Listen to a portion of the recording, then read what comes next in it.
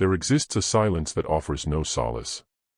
It does not creep in with the dust settling at day's end, nor with the closing of curtains after a long, wearying day. It arrives with abruptness, like a door slamming shut within a dwelling you had presumed to be vacant. And when it does, it leaves behind something for which no one possesses a name. That is precisely the silence that descended upon Harrow Hall on the evening of October 14th, in the year 1837. Before the dawn arrived, 43 individuals had simply ceased to be. No corpse was ever retrieved. Not a single indication of a struggle came to light. No explanation was ever formally inscribed into any official record. The very men compensated to uncover answers abandoned their inquiries with a haste that no one could later explain. What persisted was a plantation residence, its candles still flickering with warmth, a dining table laid for 9 individuals, and a quietude so complete, so purposeful, that the initial man to walk those grounds the next morning later confided to a neighbor that he had never in his life experienced such fear of a location as he felt towards Harrow Hall. He was unable to articulate the reason. That was the detail that troubled him most, and it is a detail that ought to unsettle you as well. Prior to proceeding with the narrative of Harrow Hall, if you have never encountered what transpired on that October evening in the Carolina backcountry, you are on the verge of comprehending why this account remained interred for almost 4 decades, and why those who endeavored to excavate it were quietly, systematically dissuaded from their pursuit. To grasp the events at Harrow Hall, one must first comprehend what Harrow Hall truly represented. Not simply as a physical estate, not merely as an entry on a land title, but as a self-contained, breathing universe, operating under its own regulations, its own cadences, its own implicit codes that every resident understood without needing them spoken aloud. The plantation was situated in the Carolina backcountry, roughly 18 miles east of a trading outpost designated as Barracks Crossing. This is a location absent from contemporary maps, yet it featured on survey charts from the 1820s as a loose congregation of structures along a creek that ultimately fed into the Pd River. The terrain itself was level and dense, the sort of ground that seemed to soak up illumination rather than cast it back, where the woodland crowded in from every side, and the sky suspended above the fields always appeared somehow diminished, more confined than anticipated. By autumn, the cotton that had dominated those acres through the protracted, punishing summer had already been gathered, processed, and baled. All that remained were the desiccated stalks, aligned in countless rows, brown and fragile, catching the October wind, producing a sound a visitor once characterized as hovering somewhere between a murmur and the clatter of skeletal remains. Harrow Hall itself, the primary residence, was a 2-story timber frame edifice constructed in the early 1810s by a man named Cornelius Tanner. He had journeyed south from Virginia with sufficient capital to acquire 500 acres and the aspiration to forge them into something enduring. The house lacked the grandeur of the prominent coastal estates, no towering white columns, northwest sweeping avenue of oaks leading to the entrance, but it was robust and purposeful, reflecting the manner in which men of Cornelius Tanner's disposition tended to construct things. Every beam was precisely angled, each plank fitted snugly. The kitchen occupied a separate building, as did the smokehouse and the cotton gin house. A well stood near the yard, a barn capacious enough for a dozen animals, and behind the main house, set back perhaps 200 yards, lay the rows of slave cabins housing the men, women, and children whose labor rendered every aspect of Harrow Hall feasible. By 1837, Cornelius Tanner had been deceased for 6 years. The plantation had passed to his sole surviving son, Elias Tanner. At the time of our narrative, Elias was 34 years old, recently wedded to a woman named Eleanor Vance, the daughter of a merchant family from Columbia, and profoundly, almost obsessively, preoccupied with upholding the facade of prosperity his father had labored so intensely to establish. Elias Tanner was not a cruel man in the overt sense of cruelty. He was not prone to outbursts of rage, nor was he recognized as someone who derived pleasure from the exertion of power for its own gratification. He was, according to a neighboring landowner who later provided testimony concerning the occurrences of October 1837, a man who performed what circumstances demanded of him and termed it order.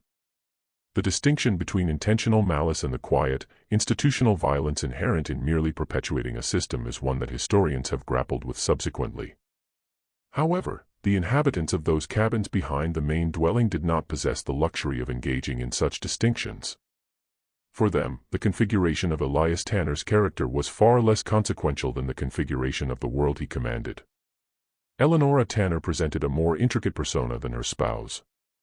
She had arrived at Harrow Hall as a bride at the age of 22, bringing with her a piano, 3 crates of household possessions, and a sensibility molded by a refined upbringing that had, for most of her existence, maintained her at a comfortable remove from the actualities of where her family's affluence ultimately originated.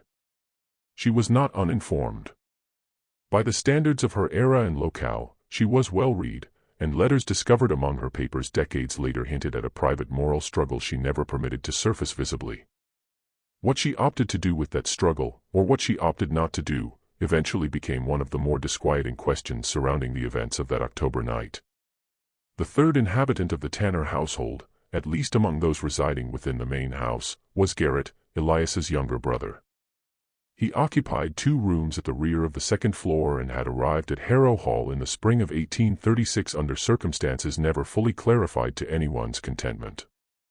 Garrett Tanner was 28 in 1837. He had spent several years in Charleston, engaged in pursuits no one was willing to articulate plainly, although the term debt surfaced in more than one account of his history. He had come to Harrow Hall, it appeared, not out of fraternal affection, but from sheer exigency. He and Elias preserved a relationship of civil detachment. They dined at the same table. They did not, as far as anyone could ascertain, place trust in one another. And then there was Ward Driscoll. If any individual figure in this narrative necessitates careful introduction, it is Ward Driscoll. He arrived at Harrow Hall in March of 1837, 7 months before the October night that would render the plantation a topic of hushed conjecture across 2 counties. He was hired as overseer following the abrupt departure of his predecessor, a man named Clifton Haywood, whose own leaving had been sufficiently sudden to generate its own subdued rumors. Haywood had supervised Harrow Hall's enslaved workforce for 3 years, and his departure, undertaken at night, with his belongings packed and his horse saddled before anyone in the main house was awake, was not in itself an event Elias Tanner had any particular interest in elucidating. Overseers arrived and departed, the labor continued. But Haywood's exit was not merely a professional resignation. The men and women in the cabins behind the main dwelling possessed knowledge about why Clifton Haywood had departed in the darkness that Elias Tanner did not. And the advent of Ward Driscoll, the men who supplanted him, altered the atmosphere of Harrow Hall in ways challenging to quantify yet impossible to overlook. Driscoll was a tall individual, lean in the manner of someone who had spent years engaged in physical toil, with a pallid, weathered face that seemed to have settled into a perpetual expression of appraisal, as if he were constantly gauging the distance between his current position and where he needed to be. He arrived with a solitary letter of recommendation from a plantation near the North Carolina border, signed by a landowner named Gideon Falk, who characterized Driscoll as a man of resolute character and firm principles, well adapted to the administration of a substantial estate. What Falk omitted, what was only unearthed later through the sort of patient archival effort spanning decades and demanding someone stubborn enough to persist, was that Driscoll had departed Falk's employment under circumstances bearing a striking resemblance to the manner in which Clifton Haywood had left Harrow Hall, at night, without notice, with a silence trailing him that no one wished to disturb. By the summer of 1837, the world of Harrow Hall had settled into a new cadence under Driscoll's supervision. A cadence everyone within those gates could perceive, yet no official document, no letter, no record of any kind would ever fully capture. And beneath that cadence, in the interstices between the visible and the documented, something was being conceived. Something patient. Something deliberate. Something that had been years, perhaps longer, in the making. History possesses a tendency to document the identities of those within the main house. It proves less dependable regarding the identities of those who constructed it, sustained it, supplied it, and rendered everything within it feasible. Yet those identities did exist. They emerge in fragments, in estate inventories, in church registers, in the accounts of abolitionists who traversed the South collecting testimony in subsequent years, and assembling them constitutes one of the sole honest approaches to conveying this narrative. Reuben was 41 years old in the autumn of 1837. He had been at Harrow Hall since the age of 7, brought there by Cornelius Tanner from a property in Virginia, and he had spent those 34 years amassing the sort of understanding that comes only from prolonged, close observation of a place and its inhabitants. He knew the land. He knew which section of the low field flooded during a wet spring. He knew which planks in the cotton gin emitted a particular creak signifying the need for replacement. He knew the names of every animal in the barn and could discern from a mule's gait whether it was nursing a leg injury. In the estimation of virtually everyone with any dealings at Harrow Hall during those years, he was indispensable, and he had spent a significant portion of his existence comprehending precisely what that signified and precisely what it did not. Reuben was tall, lean, and deliberate in his actions, possessing a countenance that had learned through extensive practice to convey only what he elected to convey. He spoke little around those in the main house. Among his own people, in the cabins, during the quiet moments after labor concluded and before it recommenced, he was different. He was the sort of man others instinctively turned towards without fully understanding why, akin to a compass needle orienting itself. Not because he was vociferous, not because he demanded attention, but because he was steadfast in a manner that rendered others more steadfast. His wife, Delia, was 36.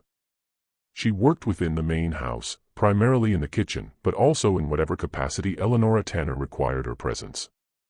This meant Delia moved through the main dwelling with a freedom of physical access that was uncommon, and that, as we shall observe, proved enormously consequential in the weeks leading up to October 14th. Delia was perceptive in the manner of someone compelled by circumstance to comprehend people swiftly and completely, because comprehending people was, for her, a matter of survival.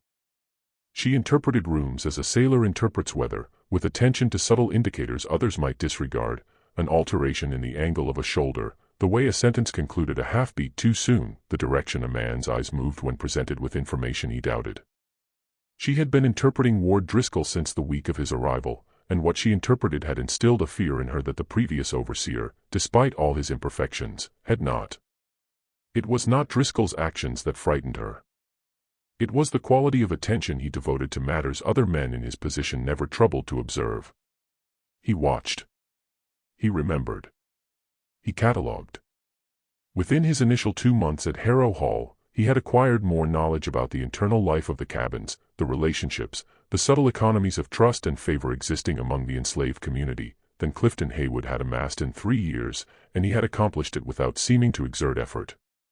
That was the element that caused Delia's stomach to turn cold when she contemplated it at night.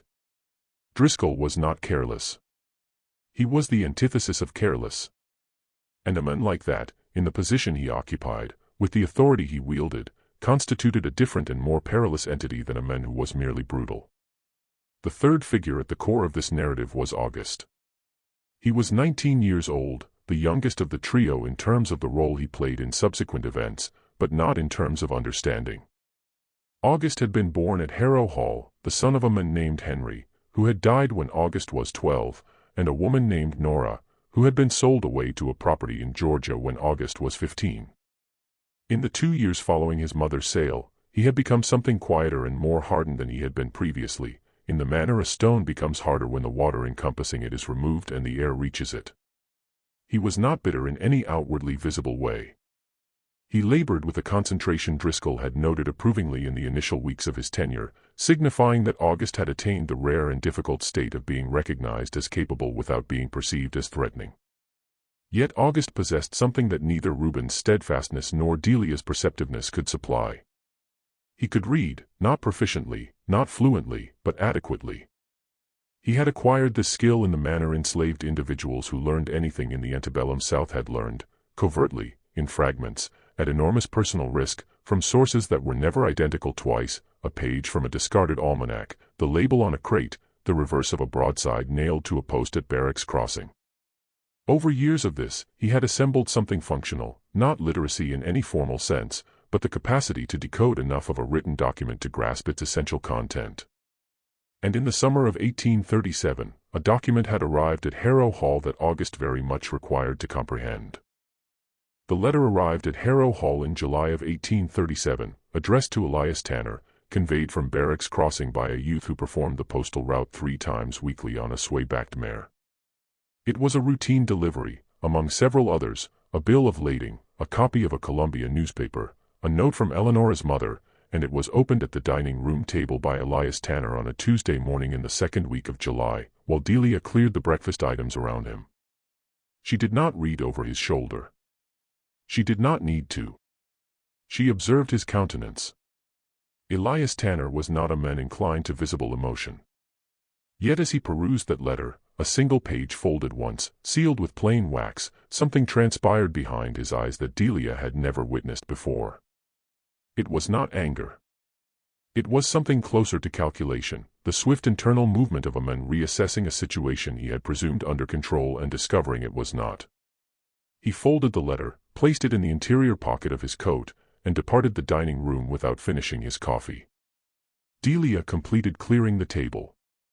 She proceeded to the kitchen. She set down the plates she was transporting with a deliberateness excessive for the circumstance, the measured movements of an individual managing something internally that they cannot afford to externalize. Then she went to locate Reuben. She did not inform him of what she had observed. Not yet. She was not sufficiently certain. But she filed it in the precise, orderly archive she sustained behind the composed facade of her daily existence, and she waited. 3 days later, she discovered the letter. It had not been concealed in any sophisticated manner. Elias had placed it in the top drawer of the writing desk in his study, a room Delia entered twice weekly to dust, and which Elias, in his confidence that the letter was merely another administrative document in a drawer replete with them, had not considered securing. She did not remove it. She would have been unable to explain a missing letter, and she was too prudent for that degree of exposure. Instead, she committed to memory what she could of its opening paragraph, which proved sufficient, and closed the drawer, departed the room, and awaited the appropriate moment to find August. The letter originated from a land agent in Columbia named Percival Oates. Its content, as best as August could later reconstruct from what Delia had memorized of the crucial passage, was this: Elias Tanner had at some juncture in the preceding years incurred a substantial debt, secured against Harrow Hall's enslaved population. The debt was overdue. The agent was writing to inform Tanner that if the balance remained unsatisfied before the calendar year's conclusion, the creditor, a man whose name appeared in the letter but which Delia had been unable to memorize, would move to enforce the security. This signified, in plain language, a forced sale, not of the land, not of the house, or the cotton gin, or the barn, or the livestock, of the people. All of them, or sufficient of them to satisfy what was owed, which, by the agent's estimation, might amount to as many as 30 individuals. In a community of 43, 30 was not a partial dissolution. It was an ending. August sat with this information for an extended period before conveying it to Reuben. He sat with it in the manner one sits with something that has transformed the configuration of one's world and that cannot be unknown. Then, on a Sunday evening in late July, when the light arrived low and orange across the stubble fields, and the air carried the scent of the particular blend of dust and cooling earth August had known his entire existence, he went to find the older man. Reuben listened without interruption. He sat on the stoop of his cabin, his hands clasped between his knees, his countenance performing the characteristic motion, that absolute, deliberate stillness, and he listened until August had articulated everything requiring articulation. Then he remained quiet for an extended period. Then he uttered, in a voice too low to carry, "How long do we possess?" August informed him, until the end of December, at the latest. Reuben nodded. He gazed out across the fields at the fading light, at the familiar landscape of a location where he had spent 34 years of his existence. He regarded it with the specific quality of attention of a man contemplating the possibility that he was observing something for the final time, and deciding, very quietly, what course to adopt regarding it. "Then we possess until October," he stated. "Perhaps November. Not longer." August did not inquire why those months specifically. He comprehended. October was when the cotton was gathered, when the year's labor was concluded, when the ground was arid, and the nights were sufficiently lengthy to be consequential. He comprehended because he had devoted his entire existence to attending precisely to such matters. What he did not yet comprehend was that Reuben had been contemplating this possibility, not this specific letter, not this specific creditor, but the fundamental precariousness of their circumstances and what it might eventually necessitate, for considerably longer than July of 1837. Considerably longer. There existed matters Reuben carried within him that he had never articulated aloud to another living soul. Matters pertaining not to Harrow Hall alone, but to the broader world, the geography of it, the pathways through it, the identities of individuals and locations he had never visited but knew existed. To elucidate how Reuben had come to possess his knowledge, one must retreat several years. One must retreat to a summer evening in 1833, when a man named Tobias, a free black carpenter from a town called Lancaster, some 50 miles to the north, arrived to perform repair work on the roof of the Harrow Hall barn and remained for 3 days. Tobias was not merely a carpenter. That is to say, carpentry was his livelihood, and he was proficient at it. Yet it was not the sole labor he conducted during those 3 days at Harrow Hall. On the evening of his second day, while Elias Tanner was absent at Barracks Crossing conducting business, Tobias and Reuben sat together in the barn until a very late hour. What transpired between them was something Reuben had held within himself ever since, with the care of a man comprehending that certain categories of knowledge are simultaneously precious and perilous. Tobias apprised Reuben of routes, specific routes with specific landmarks, a creek crossing here, a particular ridgeline there, the location of a safe house attached to a Quaker family 17 miles north, and a subsequent contact point beyond that. Tobias apprised Reuben of timing, why autumn surpassed spring, why new moon nights were preferable to full ones, why a Sunday departure, when the interval between the moment of disappearance and the moment of formal discovery was longest, merited planning for. Tobias conveyed all this in the specific, practical language of a man who had assisted others in traversing this route previously, and who anticipated assisting others again. Reuben had attended to every syllable. He had posed inquiries, careful, specific inquiries, the kind that informed Tobias that the man across from him was not overwhelmed, was not fantasizing, but was processing information with the disciplined attention of someone comprehending that this knowledge might one day constitute the difference between everything and nothing. When Tobias departed the following morning, roof repaired, payment received, not another word exchanged regarding their discussion, Reuben spent 3 days doing nothing except laboring and contemplating. Then he commenced planning. Slowly. Carefully. Over the subsequent years, without ever permitting what he was planning to become visible in anything he uttered or performed. He conversed with individuals, not all at once, not in any manner describable as a meeting. One at a time, in the most natural of settings, in the field, in the barn, on Sunday evenings. He conducted conversations that would have sounded to any observer like nothing more than ordinary exchanges between individuals who had resided alongside each other for years. Yet they were not ordinary exchanges. They constituted an assessment. He was discerning who among the 42 other individuals at Harrow Hall would be willing to depart. Who possessed sufficient strength, not physical alone, but that harder, deeper variety. Who had ties elsewhere that would restrain them. Who had children sufficiently young to carry and sufficiently old to walk. He was calculating weight, distance, risk, and volition. By July of 1837, when August brought him Delia's intelligence concerning the letter from Percival Oates, Reuben had been engaged in this labor for 4 years.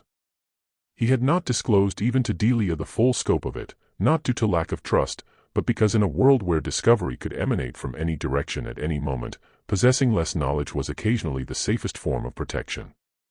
Yet now the timetable had been altered. What had constituted a protracted, careful preparation with an unspecified future destination had transformed into something with a deadline. And the initial element that changed regarding the plan, once Reuben permitted himself to acknowledge the urgency, was that he had to commence informing individuals of matters he had not yet communicated to them. That process of expanding the circle, of incorporating more individuals into the awareness of what was being planned, commenced in August of 1837 and persisted with extraordinary care through September and into the initial week of October. It was, by any measure, one of the most disciplined acts of collective planning the Carolina backcountry had ever produced. And because it was executed by individuals who had been rendered legally invisible by the society surrounding them, almost no documentation of it was ever created. Almost no documentation, but not quite none. In the second week of September 1837, Elias Tanner granted permission for the Harrow Hall enslaved community to attend a Methodist camp meeting at a site called Peavy Grove, approximately 4 miles from the plantation. This was not unusual. Camp meetings, those expansive outdoor religious assemblies that periodically swept through the South, attracting both white and black attendees in numbers potentially reaching the hundreds, had become a fixture of backcountry existence by the 1830s, and numerous plantation owners, Elias Tanner among them, permitted their enslaved workers to attend them. The motivations were various and not invariably philanthropic. Some believed the Methodist emphasis on discipline and order served their interests. Others simply recognized that the social release of a camp meeting temporarily diminished the pressure that otherwise accumulated within a captive community possessing no outlet. What plantation owners who permitted camp meeting attendance seldom anticipated was the degree to which these gatherings served a different purpose for those attending them. A purpose entirely unrelated to Methodist theology and everything to do with the opportunity to be, for a few days, among a sizable crowd of individuals from numerous different properties, with a freedom of movement and conversation that ordinary plantation existence never permitted. The Harrow Hall contingent, 28 individuals in total, the remainder being too youthful, too elderly, or too recently acquired to undertake the journey, arrived at Peavy Grove on a Thursday afternoon and departed on Sunday morning. During those 3 days, in the intervals between the preaching and the singing and the communal meals, conversations transpired that Elias Tanner never learned of and that no circuit rider ever documented. Reuben conversed with a man named Cyrus, who had arrived from a plantation near Society Hill, and who had traveled further along the route Tobias had described than Reuben had ever ventured. Cyrus confirmed certain details, the creek crossing, the ridgeline, and updated others, because routes altered over years. Individuals relocated. Dwellings that had been secure became insecure. New contacts materialized where previous ones had disappeared. Delia conversed with a woman named Harriet, whom she had not seen in 3 years, and whose presence at the camp meeting constituted for Delia both a relief and a confirmation. Harriet possessed information about the territory north of Lancaster that she had accumulated over the course of 2 previous journeys that had not succeeded, 2 previous attempts to depart, both of which had been interrupted before they progressed more than a dozen miles from their starting point. She imparted what she had gleaned from those failures with the specific generosity of someone comprehending that her hard-won knowledge might permit another to succeed where she had not. Delia attended with tears in her eyes that she permitted herself to shed because a religious revival was among the few locations where tears did not necessitate explanation. And August, quiet, observant August, who had spent the 3 days of the camp meeting moving through the crowd with the unobtrusive attention of someone doing nothing more than seeking familiar faces, established contact with a white man. His name, as far as August was ever willing to confirm, was Edmund. He was associated with the Quaker network Tobias had described to Reuben 4 years earlier, and his presence at a Methodist camp meeting was not incidental. He was there specifically to establish contact with precisely the category of individual August turned out to be, someone planning to move, someone needing to know that others along the route were anticipating them. Edmund and August conversed for 11 minutes, standing near the food tables in the open air of the campgrounds, their conversation indistinguishable to any observer from the dozens of other casual exchanges occurring around them. By the time those 11 minutes concluded, August possessed knowledge of 3 matters previously unknown to him: a specific departure window, an initial landmark, and a phrase, 3 words in English, that would identify him and those accompanying him to the initial contact point north of Harrow Hall. When the Harrow Hall contingent returned on Sunday morning, they were outwardly identical to when they had departed. They resumed their tools and their tasks and their careful, practiced expressions of routine compliance. Yet something had shifted in the atmosphere between them. Something that anyone paying exceptionally close attention might have detected in the manner a slight but genuine alteration in atmospheric pressure can be perceived before the weather turns. Ward Driscoll, as it transpired, paid exceptionally close attention. He noticed initially in the evenings, something altered in the quality of the silence emanating from the cabins. Not louder. Not more agitated. But different. The manner a held breath differs from relaxed breathing, even when neither produces sound. He could not have articulated it precisely, which was in fact the element rendering him most suspicious. He was a man who trusted his instincts, and his instincts were informing him that something had been altered. After the camp meeting, in the initial week of October, Driscoll commenced conducting what he termed, in his own mental accounting, a closer observation. He adjusted his evening rounds. He varied their timing, sometimes before supper, sometimes after dark, sometimes in the early morning hours, never at the same hour twice in the same week, ensuring no pattern could be anticipated. He observed who conversed with whom, and when, and for what duration. He noted who appeared fatigued in the mornings, suggesting late nights. He directed particular attention to Reuben, whose quality of stillness he had always found slightly illegible in a manner that perturbed him, and to August, whom he had earlier assessed as a valuable worker and now commenced reassessing through a different lens. He did not report his suspicions to Elias Tanner. Not yet. Partly this was professional. A competent overseer did not present a plantation owner with problems without also presenting solutions, and Driscoll did not yet possess anything sufficiently concrete to constitute a problem in the owner's terms.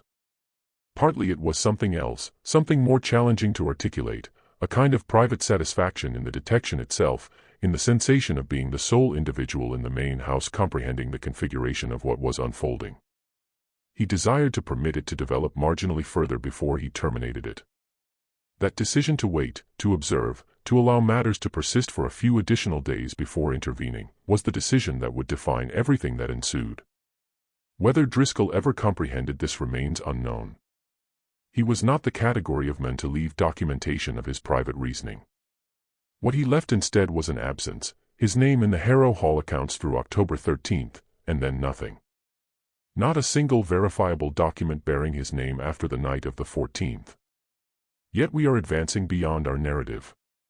To comprehend the night of October 14th, one must first comprehend the 7 days that preceded it, the days during which everything that had been quietly, patiently, invisibly constructed over years was compressed into its final, irreversible configuration. What, in your estimation, was occurring in those cabins during those protracted October nights, while Ward Driscoll adjusted his rounds, and Elias Tanner reviewed his accounts, and Eleanora Tanner performed her piano in the parlor with the windows sealed against the autumn chill? If this narrative is imparting the sensation that something terrible and something necessary are about to arrive at precisely the same moment, your perception is accurate. The 7 days prior to October 14th were, by every external account accessible, unremarkable. The cotton had been ginned. The bales were stacked in the gin house, awaiting conveyance to market. The fields were devoid of their summer burden, stretching flat and brown in the autumn light. The weather had turned cool but not cold, the nights descending into the 50s with a clear sky and a waning moon that by the 14th would be 3 days past new, signifying the night of October 14th would be very nearly moonless. Anyone who had spent time on a farm in the Carolina backcountry during the 1830s would recognize what that signified. A moonless October night with clear skies and no precipitation approximated ideal traveling weather as closely as the season permitted, sufficient illumination from the stars to navigate by an open country, cool enough to move swiftly without exhaustion, far enough past the growing season's conclusion that the roads were quiet, no wagons transporting cotton to market at irregular hours, no additional traffic to observe strangers moving through the darkness. Reuben had recognized from the outset that timing was as much a matter of the calendar as anything else. He had learned from Tobias, and confirmed by Cyrus at the camp meeting, that the nights of a new moon were when experienced travelers moved. He had positioned his departure window in the 3rd week of October, and the waning moon of October 14th constituted the commencement of that window. It was, in other words, not accidental. It had been selected. During those 7 days, the preparation that had been accumulating for months was brought to its final stage. The manner in which this was executed, the methods, the logistics, the extraordinary discipline of 43 individuals maintaining the appearance of complete normality while executing a coordinated departure, constitutes one of the most remarkable narratives of collective action in the antebellum South, even though it would remain largely unknown for nearly 4 decades. Supplies had been accumulated gradually over weeks, in quantity so minimal and so ordinary that no individual act of accumulation would register as unusual: dried corn, salt pork, a length of rope, extra cloth. Each item obtained through the normal course of daily labor, the minor overflow of a harvest here, the setting aside from a communal meal there, and cached in locations Reuben had identified over the months of his planning: a hollow in a specific tree 200 yards behind the farthest cabin, a loose plank beneath the floor of the old smokehouse that had been out of regular use since spring. Nothing that could not be explained innocently if discovered, and nothing so substantial in quantity that it suggested in isolation anything beyond ordinary existence. There were also arrangements of a different category, arrangements involving the individuals themselves and the question of who would depart and who would remain. This is the segment of the narrative least documented and most challenging to reconstruct. It is also the segment requiring the most careful treatment, because it involves choices made under conditions of extreme duress, and those choices were neither simple nor uniform. Not everyone at Harrow Hall was incorporated into Reuben's plan. Not because they were excluded from trust, but because Reuben and Delia and August had, over the months of their preparation, developed a specific understanding of who could physically undertake the journey, and who, for reasons of age or health or the particular weight of their circumstances, could not or should not be requested to. There was a woman named Bess who was 63 years old and possessed a heart that occasionally ceased functioning properly during the night, leaving her gasping and gripping the frame of her cot until the episode subsided. There was a man named Old Silas who was somewhere past 70 and had informed Reuben directly, and without apparent sorrow, that his traveling days were behind him. There were 2 infants. There was a child of 4 named Clara, too elderly to be carried all night and too youthful to maintain pace independently. These conversations, Reuben and the individuals who would remain, in the quiet spaces of those 7 days, were by any measure the most arduous component. They were also, in the structure of this narrative, the component most clearly revealing the nature of what was being executed, not an impulsive flight, not a panic response to immediate danger, but a considered, organized act by individuals who had thought carefully about every element of their endeavor and had made deliberate choices regarding it under conditions where deliberate choice was itself a kind of revolutionary act. The individuals who would remain possessed awareness of what was unfolding. Most of them had possessed it for weeks. Their choice to remain, some made willingly, some made under the particular grief of comprehending that a body can be willing but a 63-year-old heart might not, was not a betrayal and was not treated as one. Reuben had been explicit regarding this in the conversations he conducted with each of them individually. The individuals who remained would possess no knowledge, would be able to state truthfully that nothing unusual had transpired, would be able to confront the interrogation that was certain to arrive, and it was certain to arrive, without the burden of knowledge that would imperil them. This too was a form of planning, a form of care exercised under the most improbable of circumstances. By the evening of October 13th, the 43 individuals of Harrow Hall had, without a single visible rupture of their daily routines, sorted themselves into 2 groups, those who would depart and those who would remain. The supplies were in position. The route was memorized, not written, never written, carried entirely within the minds of those who would require it. The departure signal had been agreed upon.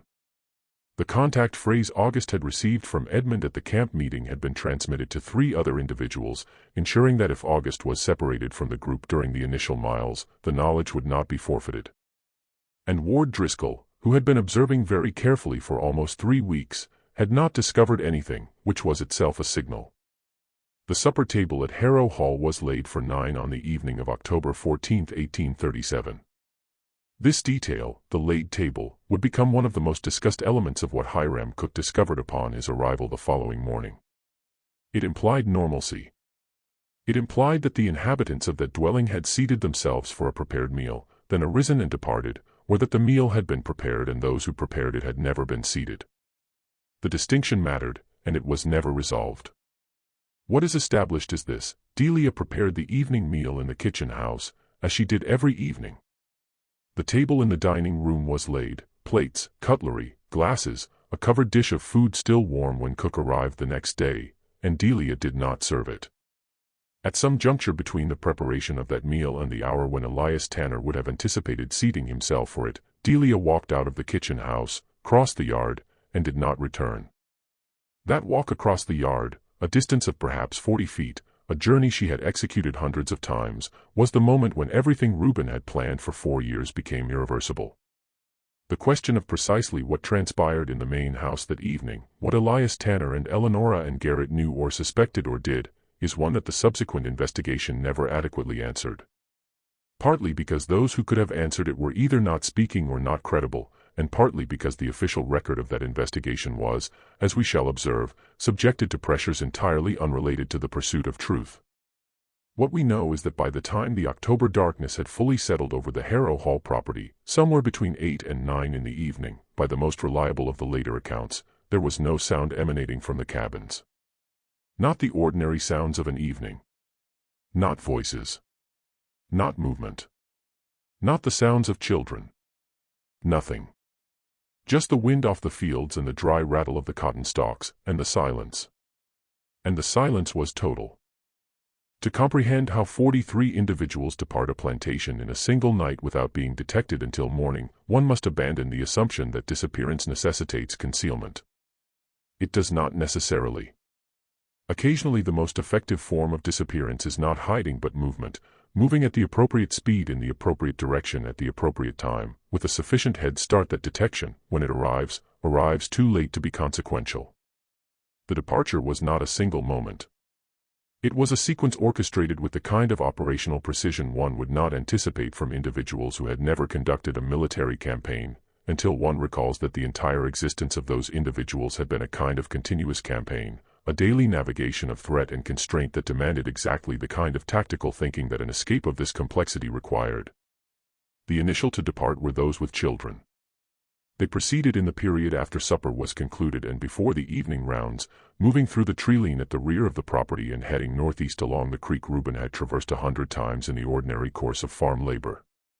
They carried what they could transport, and they moved quietly, not because they had been instructed to, but because those in that group had comprehended for longer than any of them could articulate that quiet was the language of survival. The second group departed 30 minutes later. They proceeded in a different direction, due north through the Sims property adjoining Harrow Hall to the northwest, along a route Reuben had identified because the Sims property ran unfenced on its northern boundary for a stretch of nearly 2 miles, signifying that crossing it left no gate, no fence line, no obstacle requiring time. They would rejoin the initial group at the creek crossing Cyrus had confirmed at the camp meeting. The third group, the final to depart, comprised Reuben himself, August, 2 other men, and a woman named Phoebe, who had insisted, despite an ankle not entirely healed, on being in the final group rather than the initial, because she was among those who possessed knowledge of the complete route. If something had transpired, if an alarm had been raised, if the initial 2 groups had encountered difficulty, she would possess awareness of appropriate action. Reuben was the last individual to depart the Harrow Hall property. He paused for a moment at the edge of the tree lane and gazed back at the location where he had spent 34 years. He did not regard it sentimentally. He regarded it with the flat, clear attention of a man completing an assessment, confirming something.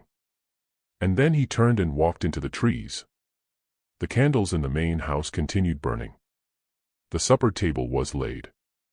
The kitchen fire, banked but not extinguished, cast a low orange glow through the kitchen house window. Everything appeared precisely as it would have appeared if the inhabitants had simply stepped out momentarily and were about to return. They were not about to return. Hiram Cook was a farmer residing 3 miles from Harrow Hall who had an arrangement with Elias Tanner to deliver a load of split-rail fence posts on the morning of October 15th. He arrived, by his own account given later to the barracks crossing magistrate, at approximately 7 in the morning with a wagon loaded with posts and a hired man named James riding alongside him on horseback. The initial element Cook observed was the silence. He was not a man inclined to fancy. He stated this explicitly in the account recorded by the magistrate and surviving today in a county archive in partial form. He was a plain man, he stated, not given to fancy, and he was not in the habit of experiencing sensations regarding locations. Yet he informed the magistrate that as he drove his wagon up the lane towards Harrow Hall and the silence pressed in around him, he experienced a sensation he could not articulate. Not fear precisely, something adjacent to it. The sensation, he stated, of a location that was retaining its breath. The main house door was unlocked. He knocked, no response. Called out, nothing. He opened the door. The supper table was laid. The food had remained there sufficiently long to be cold. The candles in the parlor had burned down to their stubs and expired, leaving pools of hardened wax on the candlesticks. Eleanora Tanner's piano was open, the lid raised, a piece of sheet music on the stand, as if the performer had stepped away mid-practice. Upstairs, the beds were in various stages of being made or unmade, not the careful arrangement of individuals who had departed with intention, but the ordinary disorder of an interrupted day. There was no indication of struggle, not in the main house, not in the yard. The barn animals were present and had been fed at some recent juncture. The water troughs were not empty. The hay was sufficiently fresh. The cotton gin was secured with its normal padlock. The smokehouse was locked. And the cabins were empty, not abandoned in the manner of a hasty departure, nothing overturned, nothing broken, but empty in the manner of rooms whose occupants have removed everything of significance and left behind everything that was not, pots on their hooks, tools in their corners, clothing worn out or too large or too small hanging on nails, the particular accumulation of objects unable to undertake a journey and left deliberately, not accidentally. Cook traversed the length of the cabin row twice before speaking. Then he turned to James, who had followed him in silence, and uttered something James remembered verbatim 40 years later when an interviewer finally located him in his 80s residing in a town in Ohio. What Cook uttered was, "They're gone. All of them." And then, after a pause, "God Almighty." And then they proceeded to locate the sheriff. The sheriff of the county where Harrow Hall was situated was a man named Porter Baines. He was 51 years old, had served in his position for 11 years, and was, by the accounts of those who worked with him, a competent and unsentimental man who approached his duties with the particular efficiency of someone who has observed sufficient human behavior to cease being surprised by most of it. He arrived at Harrow Hall with 2 deputies at approximately 11 in the morning on October 15th. He remained for 4 hours. He interviewed Hiram Cook, the hired man James, and Elias Tanner, who had been located at a neighbor's property where he had apparently proceeded the previous afternoon, a timing that would become one of several details investigators noted as unusual, though none of them ever pursued it fully. Eleanora Tanner was in the main house when Baines arrived. She had by that point been alone in the dwelling since the previous evening, or so she stated. She delivered her account calmly, in the careful language of a woman who had spent years managing her expressions. She informed Baines she had heard nothing unusual during the night. She had retired at her normal hour. She had awakened to find the house as he was now observing it. Baines recorded her account. He wrote in the report he filed with the county court 3 days later that Mrs. Tanner appeared composed and cooperative. He did not record what she did not inform him. What she did not inform him, what would only emerge decades later from a source none of the original investigators had contemplated consulting, is a subject to which we shall return. What Baines accomplished during his 4 hours at Harrow Hall was establishing the basic facts: 43 enslaved individuals were unaccounted for. No violence was evident at the site. The escape, for that was what he termed it in his report, without apparent surprise or editorializing, appeared to have transpired during the night of October 14th. He initiated what the relevant statutes required: notification to neighboring county sheriffs, a description of the missing individuals to be circulated through standard channels, a request for any information regarding the passage of a large group through the region on the night of the 14th. Those requests produced in the following 2 weeks precisely nothing, not a single report of a sighting, not a single witness who had observed a large group moving through the backcountry on the night of October 14th or the days following, not one informant. And there were informants in every county of the Carolina backcountry, men who derived part of their income from reporting on the movements of runaway individuals or groups, who possessed anything useful to contribute. This was itself extraordinary. A group of 43 individuals moving through populated territory in mid-October should have been visible to someone. The absence of any sighting report was not conclusive. Absence of evidence is not evidence of absence, but it was, even to a man as unsentimental as Porter Baines, worth noting. He noted it in a single line at the conclusion of his report: no reliable information has been received regarding the current location of the said individuals. And then, as far as the official record was concerned, the inquiry terminated. Precisely when we anticipated the investigation was progressing somewhere, precisely when it seemed someone in authority would pose the questions requiring posing, the silence again closed in. Not the silence of a plantation at night, but the silence of men with authority choosing not to scrutinize too intensely. Because the authentic narrative, the narrative of why no one discovered anything, and what someone was concealing, and what Elias Tanner possessed knowledge of, was only commencing. The official record of the Harrow Hall investigation, such as it was, extends to approximately 12 pages, Baines's initial report, 3 pages of witness statements, a document recording the formal notification of neighboring jurisdictions, and a brief summary filed 6 weeks later noting that the investigation had produced no actionable results and was being placed in abeyance pending new information. That final document, the one placing the inquiry in abeyance, was filed on November 29, 1837, and signed by Porter Baines and countersigned by the county judge, a man named Harlan Voss. It is the final official document in the Harrow Hall file for that year. It is also, upon careful inspection, a profoundly unusual document. The initial unusual aspect regarding it is the speed, 6 weeks from the disappearance of 43 individuals to the formal suspension of an investigation was, by the standards of the era, remarkably swift, particularly for an event of this magnitude. The disappearance of 4 or 5 individuals from a single plantation was not uncommon in the Carolina backcountry, and those investigations routinely persisted for months. The disappearance of 43 was unprecedented in living memory, and the formal closure of inquiry after 6 weeks was a departure from normal procedure so significant that at least one legal scholar examining the file in the 1890s characterized it as an administrative anomaly without obvious explanation. The second unusual aspect is a gap in the file. Between the initial witness statements and Baines's November summary, there should be, based on the normal structure of such investigations, a series of intermediate documents, follow-up reports from neighboring counties, records of any individuals detained and interviewed in connection with the case, notes from any additional witness interviews. These documents are not in the file. They are not referenced in the November summary as having been received and found unhelpful. They simply are not there. The file progresses from the initial October documents directly to the November closure with nothing intervening. This could, of course, have numerous mundane explanations. Documents are lost, misfiled, damaged, destroyed by accident.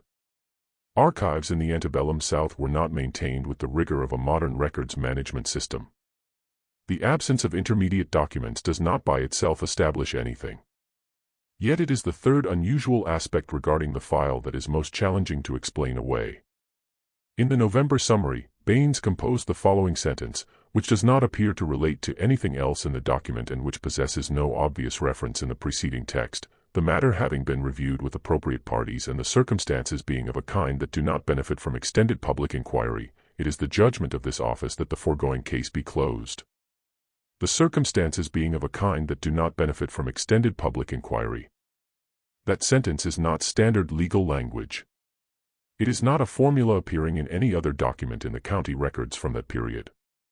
It is a sentence composed by a specific man to convey a specific thing, that someone, somewhere, had rendered a determination regarding what was and was not desirable to pursue in the matter of Harrow Hall. Who those appropriate parties were, Porter Baines never identified. He died in 1851, leaving no memoir, no private papers, no correspondence that anyone has discovered addressing the Harrow Hall matter. The county judge, Harlan Voss, died in 1858. His papers were inherited by his son, who destroyed most of them following a fire that damaged his home in 1862, a fire the local newspaper characterized as accidental and that no one had any particular reason at the time to question. The trail, in other words, went cold in the manner trails go cold when those who might have followed them chose not to. There is a detail in the Harrow Hall narrative that the official record acknowledges and then almost immediately abandons. It is the detail that, once observed, is most challenging to cease contemplating. When Porter Baines arrived on the morning of October 15th, Elias Tanner was not at Harrow Hall. He was at the neighboring property of a man named Abner Pruitt, a farmer who owned a modest piece of land approximately a mile and a half to the south. Tanner had proceeded to Pruitt's property on the afternoon of October 14th, hours before the departure of his entire enslaved workforce, and had remained overnight, arriving back at Harrow Hall on the morning of the 15th, just before noon, roughly an hour after Baines had commenced his investigation. The official explanation for this absence, as recorded in Baines's report, was that Tanner had proceeded to discuss a fence boundary dispute ongoing between the two properties. Pruitt corroborated this in his own statement. Tanner had arrived in the afternoon, they had discussed the fence question over supper, and Tanner had remained overnight because the hour was late. This was plausible. Fence disputes were a constant feature of backcountry existence. Overnight stays between neighboring landowners were not unusual. Baines apparently accepted it without pressing further. Yet there are several aspects regarding this account that, when positioned alongside the other elements of the story, create a discomfort the official record does not address. The initial is the timing. Elias Tanner departed Harrow Hall on the afternoon of October 14th, the day of the departure, hours before it transpired. He was not present when his workforce walked out. Whether this was coincidence or design, His absence ensured he was not in a position to respond in real time to whatever signal might have reached him from the property. The second is Abner Pruitt himself. In the years following October 1837, Pruitt continued operating his farm without any apparent disruption to his circumstances. He was not wealthy, not politically connected, not a figure of any particular prominence in the county. He appeared, in short, to be precisely what the official record characterized him as, a neighbor.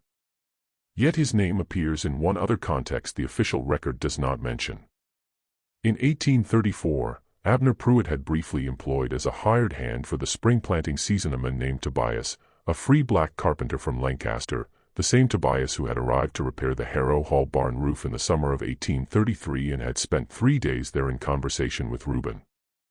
Whether this connection signifies anything, whether Pruitt's relationship with Tobias had any bearing on the events of October 14, is something that cannot be established from the surviving record. It might be coincidence. In a world this small, in a county this sparsely populated, connections between individuals were often unremarkable. Individuals knew each other. Individuals employed the same workers across seasons and properties. Yet in a narrative that has already produced this many coincidences, another one presses against the boundaries of comfort. And then there is the matter of Eleanora Tanner. Eleanora Tanner was alone in the main house on the night of October 14, 1837. Her husband was at Abner Pruitt's farm. Her brother-in-law, Garrett, was by her account, and by the account recorded in Baines's report, at Barracks Crossing, where he had proceeded 2 days earlier, and had not yet returned. This signified that on the night when 43 individuals walked out of Harrow Hall, the sole occupant of the main house was Eleanora. She had prepared the supper table. She had set out the food. She had at some juncture during the evening closed the piano lid, but not entirely, leaving the sheet music in place, the lid resting at an angle against the stand. She had retired, and she had heard nothing.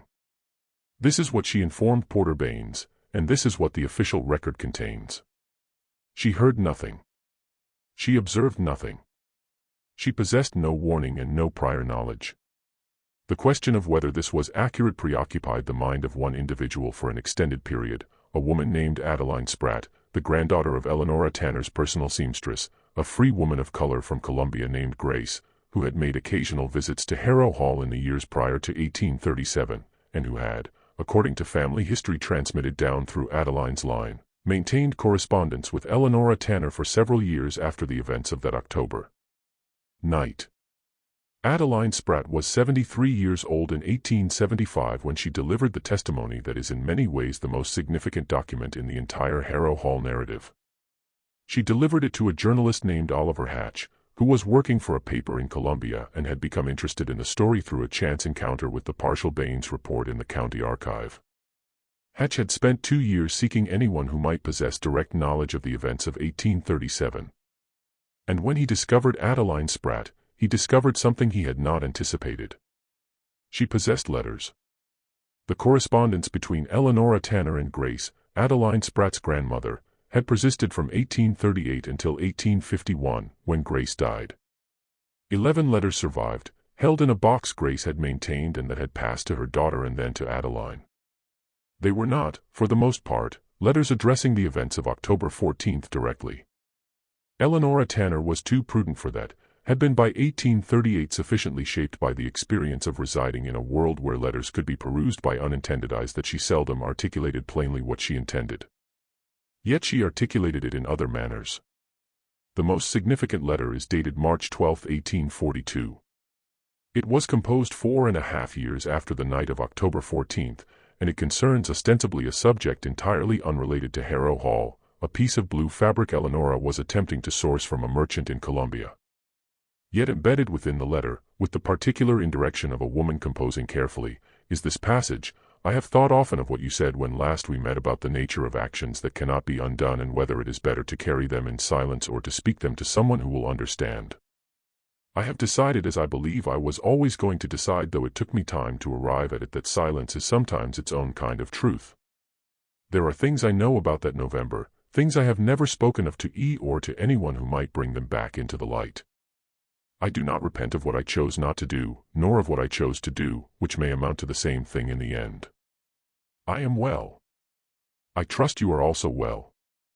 The fabric, when you find it, should be a deep blue, and not the pale color they sold me last year, which was unsuitable. I do not repent of what I chose not to do. She wrote November, not October, the month in which she had delivered her testimony to Baines, not the night itself. Yet the sentence preceding it renders the reference sufficiently clear. What did Eleanora Tanner choose not to do?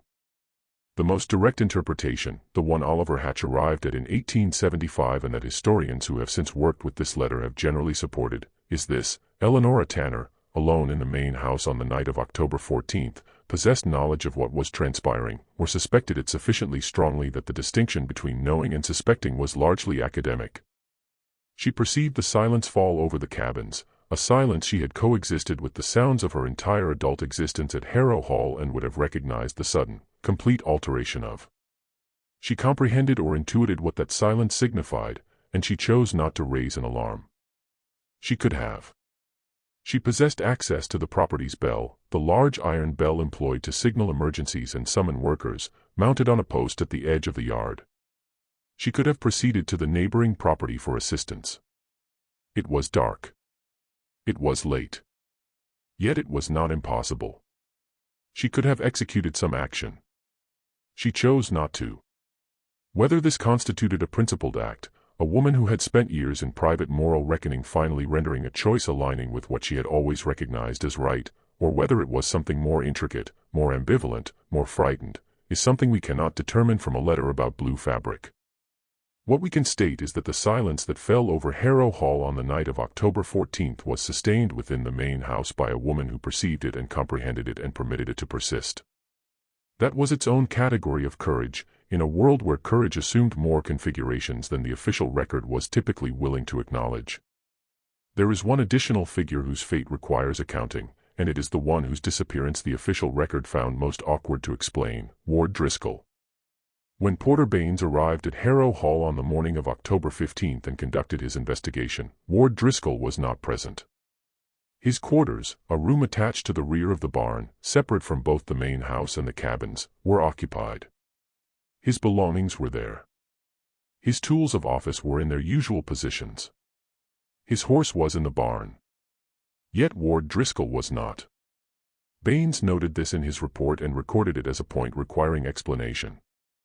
He listed Driscoll among those whose whereabouts were unknown, not alongside the enslaved community, but as a separate category, with the neutral administrative language of someone who has discovered something he doesn't quite know how to address. The investigation produced no answer. Driscoll was never located. No account of his subsequent whereabouts, a new position on another property, a return to North Carolina, any verifiable life activity after October 14, 1837, was ever established. He simply vanished from the record.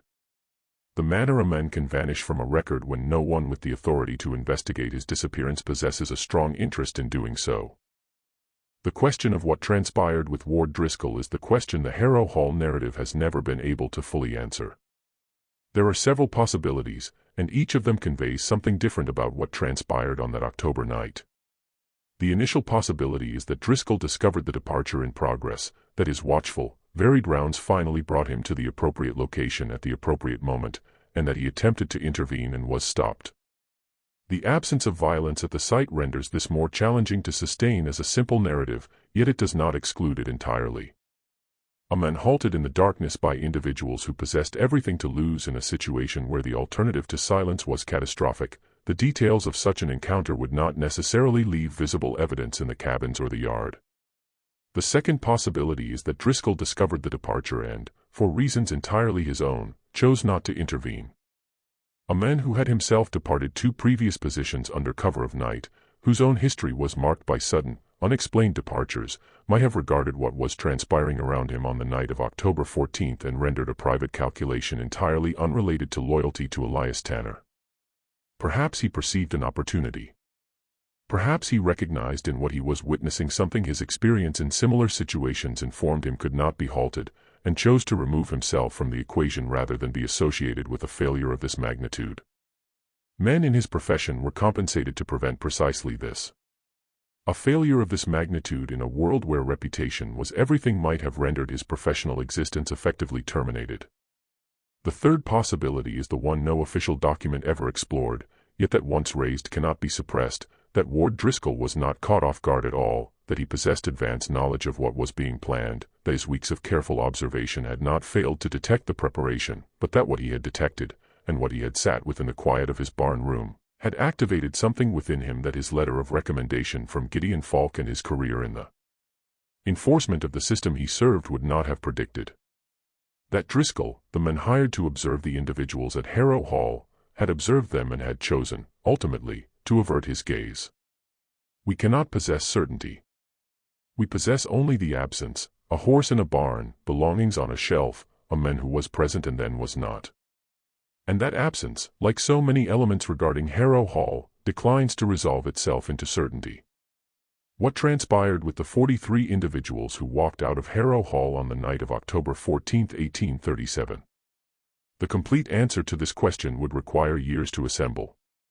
And the assembly of it constituted the life's work of Oliver Hatch, the Columbia journalist who discovered Adeline Spratt in 1875 and who devoted the final 2 decades of his existence following threads through archives, personal testimonies, church records, and the fragmented documentary trail the Underground Railroad and its participants left intentionally scattered in the years prior to and during the Civil War. What Hatch established by the time of his death in 1892 was this: 27 of the 43 individuals who departed Harrow Hall in October 1837 reached free territory. The route they traveled, confirmed by the accounts of contact point keepers along the way, several of whom delivered testimony to Hatch or left records he was able to access, proceeded from the South Carolina backcountry north through North Carolina, then into Virginia's western counties and onward through the mountains, avoiding the coastal routes where surveillance was most intense. The journey required 11 days by Hatch's best estimates. 11 days on foot with children, transporting what could be transported, moving at night, and resting in the concealed spaces of a network of individuals who were risking everything to provide for them. Of the 27 who arrived in free territory, Hatch was able to establish the subsequent lives of 17. Some settled in Pennsylvania. Several proceeded further north. 2 eventually crossed into Canada. One woman, Hatch identified her only by her first name, Phoebe, was by 1875 residing in Ohio, and was the matriarch of a family of 11, the grandmother of children who had never encountered the term plantation except as history. She was, Hatch wrote, a woman of such self-possession and directness that an hour in her company entirely altered his sense of what the individuals of Harrow Hall had accomplished. He never discovered Reuben. He discovered evidence that Reuben had reached the initial contact point, the Quaker safe house north of Lancaster. Yet after that, the trail grew quiet in a manner suggesting to Hatch, not death, but intentional obscurity. A man who had spent 4 years planning the most careful escape in the county's history would not, upon arriving in free territory, advertise his whereabouts. Reuben, wherever he concluded, had spent a lifetime learning to be invisible when invisibility served him. August, Hatch believed, had settled somewhere in the vicinity of Philadelphia by 1840. He discovered a reference in a Quaker community record to a young man of appropriate age, appropriate physical description, who had arrived in the city in the winter of 1838, and who had subsequently been assisted in finding employment by a member of the Quaker meeting. The entry in the record identified him only by his first name. It noted that he could read and was eager to learn more. Of the 16 individuals who did not reach free territory, those who had remained at Harrow Hall, and the 16 among the departing 43 who were separated from the main group or turned back during the initial days, the records are more challenging and the narratives are less kind. Those who remained were interrogated, not gently, in the weeks following October 14th. The official record does not preserve the content of those interrogations in any detail. What it preserves is the notation in the county records that no information of actionable value was obtained, which was accurate because those who remained had been protected from that knowledge with precisely this moment in consideration. Delia was among those who reached free territory. This is known because of a single document, a letter composed in a hand scholars who later examined it characterized as unpracticed but precise, dated January 4, 1838, addressed to a woman in Columbia whose identity is not established. The letter is brief. It states, among other matters, that the writer has arrived safely at a location she declines to name, that she is well, that she is grateful for what cannot be articulated, and that she hopes the individual perusing the letter possesses awareness that what was executed with full knowledge and full will. The letter is signed with a single initial, D. Oliver Hatch believed it was Delia. The handwriting, unpracticed, as if the writer had only recently acquired the skill, was consistent with someone who had been instructed in writing during her adult years under conditions of great constraint. The date, 3 months after October 14th, aligned with the timeline, and the phrasing, what was done with full knowledge and full will, possessed the specific quality of someone comprehending that she was composing for a record, even if the record was merely a single page in a single letter that might never be discovered. Full knowledge and full will. Those 5 words constitute as close as we approach in the documentary record of Harrow Hall to a direct statement of what transpired on October 14, 1837, and why. Elias Tanner spent the 3 months following October 14 in a state his neighbors, those who observed him during that period, characterized variously as agitated, distracted, and, in the words of one observer who knew him intimately, a man who has peered into a chamber he did not anticipate observing and cannot determine whether to describe what was within it. He did not pursue legal action through the courts. This, given the legal framework of the era, is remarkable. Enslaved individuals constituted property under the law of South Carolina, and the law provided specific mechanisms for pursuing their recovery, including legal actions against anyone who had assisted in their escape. That a plantation owner who had just forfeited 43 individuals, an asset of enormous monetary value by the brutal arithmetic of the slave economy, did not pursue these legal remedies with any apparent vigor, is a departure from normal behavior the official record does not explain. The debt to the creditor named in Percival Oates's letter, the debt that had precipitated the urgency of Reuben's plan, was, according to later county records, settled in February of 1838. The settlement was rendered at a substantial discount to the original amount, suggesting that the creditor, comprehending that the security for the debt no longer existed, accepted what he could obtain rather than nothing. Elias Tanner remained at Harrow Hall for another 4 years, operating the property with hired labor before selling it in 1841 to a man from Georgia who possessed no connection to the previous history of the location. The purchaser never learned why the fields behind the main dwelling felt different from other fields. He never learned why the cabin row possessed the particular quality of a space that has been inhabited and then departed, rather than simply abandoned. He never inquired. He had acquired land and a house, and that was what he possessed. Elias Tanner relocated to Columbia after the sale. He died there in 1853. His death notice in the Columbia newspaper characterized him as a former planter of Lancaster District, known as a man of industry and sound character. It mentioned no spouse. Eleanora had died in 1847 in circumstances the records describe only as an illness of the lungs, brief and severe, and no offspring. It mentioned no unusual circumstances of his later years. It mentioned nothing regarding October 1837. It mentioned nothing regarding 43 individuals. Nothing at all.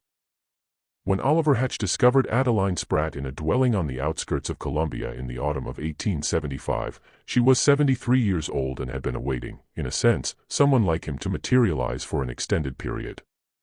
She possessed the 11 letters from Eleanora Tanner.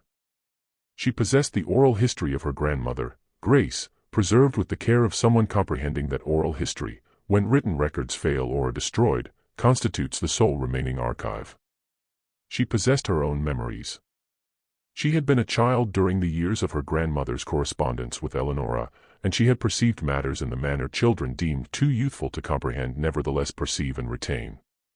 She had transported all this for 38 years, through the war and its aftermath, through Reconstruction and its failures, through every transformation that had swept through the South in the decades since that October night, and she had never spoken of it publicly because there had never been anyone to address who would comprehend. Hatch devoted 3 days with her. He took extensive notes. He was, by his own account in the introduction to the manuscript he eventually produced, a manuscript not published during his lifetime and surviving in a solitary copy in a private archive in Pennsylvania, shaken by the experience in a manner his years of journalism had not prepared him for. I had gone looking for a mystery, he wrote. I found instead a record of human determination so thorough and so carefully made that I was ashamed to have called it mysterious. The mystery had always been in the absence of the record, not in the events themselves. The events were comprehensible enough. It was the silence that had been imposed on them for 38 years that required explanation. And that explanation, when it came, was the most ordinary and most terrible of things. The silence had been maintained because the truth was inconvenient for the people with the power to decide what was documented and what was not. He devoted the subsequent 17 years attempting to complete the record. He discovered more contact point keepers. He discovered church records in Pennsylvania and Ohio. He discovered the Quaker meeting document referencing August. He discovered in an archive in Greensboro, North Carolina, a solitary line in an old account book belonging to a man named Calvin Hester, a man who the surrounding entries suggested possessed some connection to the network of assistance that operated through the Carolina and Virginia backcountry in the 1830s, that read, October 17, 1837. Party of 27 arrived. All well. Movement continued north. 27 souls, 3 days after departing Harrow Hall, still together, still moving. The manuscript Hatch produced extends to several hundred pages. It was never published. After his death, it passed through several hands before concluding in a private archive in Philadelphia, where it remained largely unexamined until a historian working on a broader study of antebellum escape networks in the 1920s encountered it and produced a brief account of its contents. That account was published in a small academic journal and generated little attention at the time. The Harrow Hall narrative did not enter the broader historical record in any substantial manner until the mid-20th century, when the growing field of African American history commenced the systematic work of recovering precisely the category of narrative that had been deliberately and methodically suppressed. By then, those it concerned had been departed for 100 years. There is a manner in which the conventional telling of escape narratives, the manner they have most often been conveyed, when they have been conveyed at all, emphasizes the danger, the pursuit, the narrow escapes, the dramatic reversals of fortune. These elements are authentic, and they matter, yet they can, if they become the exclusive framework, obscure something else about what transpired at Harrow Hall, the extraordinary degree to which what occurred there was not a dramatic breaking free, but a deliberate, organized, collectively willed act of the plainest category. Reuben did not escape. He planned. He devoted 4 years in patient, methodical preparation, carrying knowledge he had received from a carpenter in 1833, and transforming it gradually into a structure capable of supporting 43 individuals through 11 days of travel to a destination none of them had ever observed, yet all of them had faith in. Delia did not flee. She observed. She perused the letter in the study drawer, and she comprehended it, and she awaited the appropriate moment to impart what she possessed knowledge of. And she managed her own fear with such discipline that the men whose household she labored in, and the overseer whose rounds she had memorized, and the institutional machinery of an entire system of social control, none of them detected it. August did not run. He attended. He acquired reading skills in the stolen fragments of a year he was 12 years old. And he employed that reading 20 years later to receive information that 11 minutes of conversation at a camp meeting were insufficient to fully transmit, and to transmit it to those requiring it. The silence that fell over Harrow Hall on the night of October 14th was not the absence of sound. It was the presence of purpose. It was the phenomenon that transpires when a community that has been informed by every mechanism available to the society surrounding it that it possesses no agency, no future, no choices, no will that matters, demonstrates in a solitary night that it has been planning otherwise. That is the silence Hiram Cook experienced when he drove his wagon up the lane on the morning of October 15th, and the air pressed in around him in a manner he couldn't articulate. He was standing in the aftermath of something the world he inhabited had been designed to render impossible, and the impossibility of it, the sheer, quiet, devastating fact of it, was what rendered the location feel, to a plain man not given to fancy, like somewhere that was retaining its breath. The breath had already been released. The individuals were already miles distant. The man from Georgia who purchased Harrow Hall in 1841 planted the fields and labored them for a decade and sold the property in 1852 to a family who employed it for timber. By the time of the Civil War, the cotton gin had been dismantled and the barn had partially collapsed, and the main house was occupied by a family possessing no connection to the Tanners and no knowledge of what had transpired there 25 years previously. The cabin row, the row of structures behind the main dwelling where Reuben and Delia and August and 40 others had resided and planned and prepared, was gradually absorbed back into the vegetation the Carolina backcountry is perpetually attempting to reclaim from human occupation. By the century's conclusion, the structures were gone. The clearing persisted for a time, and then it too was overgrown. And by the time the initial serious historical inquiries commenced in the mid-20th century, there was no physical trace of the cabins that could be definitively identified. The main house stood until 1879, when it was damaged in a storm and the then owner chose not to repair it. It was demolished the following year. The site passed through several more owners in the ensuing decades, each less aware than the previous of what had transpired there, until by the early 20th century, it was simply a piece of land in the Carolina backcountry, flat, heavy, the kind of terrain that seemed to absorb light rather than reflect it, where the woodland pressed close, and the sky above the cleared patches was always somehow smaller than anticipated. The well near the yard, which had been the practical center of the property's daily existence for decades, endured longest. It appeared on a property survey in 1903, characterized simply as an old well, dry. It was filled in at some juncture after that. Oliver Hatch's manuscript, the most complete account of the Harrow Hall narrative ever assembled, remained in a private archive in Philadelphia until the 1960s, when it was donated to a university library. It is accessible to researchers. It has been cited in a handful of academic works. It has never been the subject of a popular history, a newspaper feature, or a commemorative marker. The individuals it documents never received formal recognition from any institution. There is no plaque at Barracks Crossing, which is now in any case a location existing only on old surveying charts, that commemorates the night of October 14, 1837. There is no marker on the land that was once Harrow Hall. There is no official record that acknowledges what was planned there, what was risked there, what was accomplished there. The silence was exceptionally thorough. It performed its function for an exceptionally extended period. Yet silences, even thorough ones, possess a tendency to develop small fractures. A letter survives in a box. An elderly man in Ohio recalls what Hiram Cook uttered when he traversed the cabin row. A journalist discovers a woman in Columbia who has been awaiting 38 years for someone to materialize and pose the appropriate inquiries. A solitary line in an account book in a Greensboro archive, October 17, 1837. Party of 27 arrived. All well. The silence of Harrow Hall was not the silence of nothing. It was the silence of something that had been concealed. And the thing that had been concealed, when it was finally brought into the light, was not a mystery. It was not inexplicable. It was not a ghost narrative or a tale of the supernatural or an unsolved crime that baffled investigators for generations. It was instead what 43 individuals resolved to accomplish with one October night when the moon was dark and the air was cool and every year of preparation arrived finally, precisely, at its moment. It was, when all was articulated and done, the most human phenomenon imaginable. The most arduous component of the narrative, and perhaps the most significant component, is this: the night itself was solely the termination of something, not the commencement.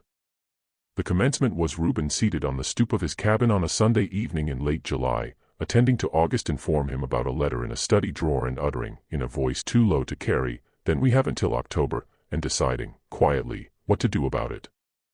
In the spring of 1876, Oliver Hatch published a brief article in the Columbia paper, a condensed version of what he had acquired from Adeline Spratt and his years of research, stripped of the identities that might have exposed individuals still living to legal or social risk.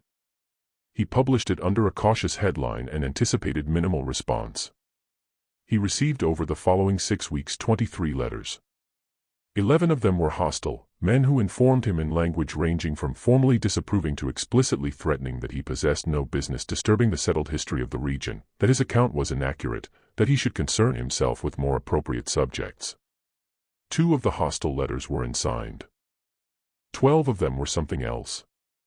They were from individuals who had perceived over the years fragments of the narrative, a grandmother's recollection, a line in an ancient letter, a matter a neighbor once articulated and then didn't articulate again.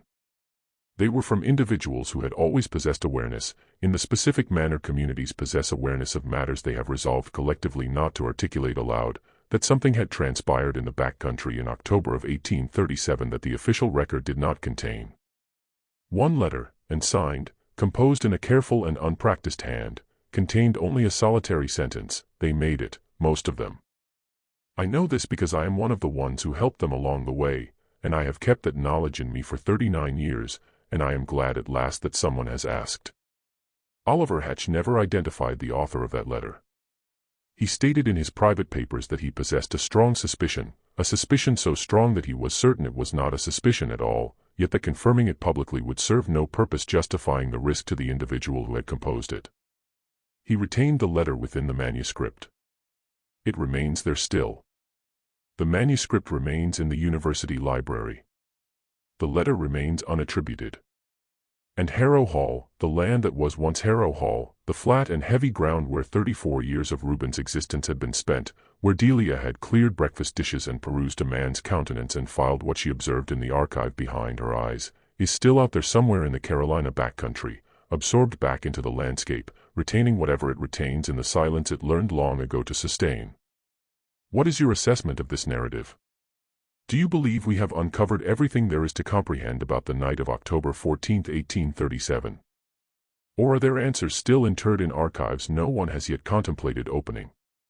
If this narrative affected you, if it prompted you to question what gets documented and what gets quietly suppressed, share this with someone requiring to perceive it. We shall encounter you in the subsequent one.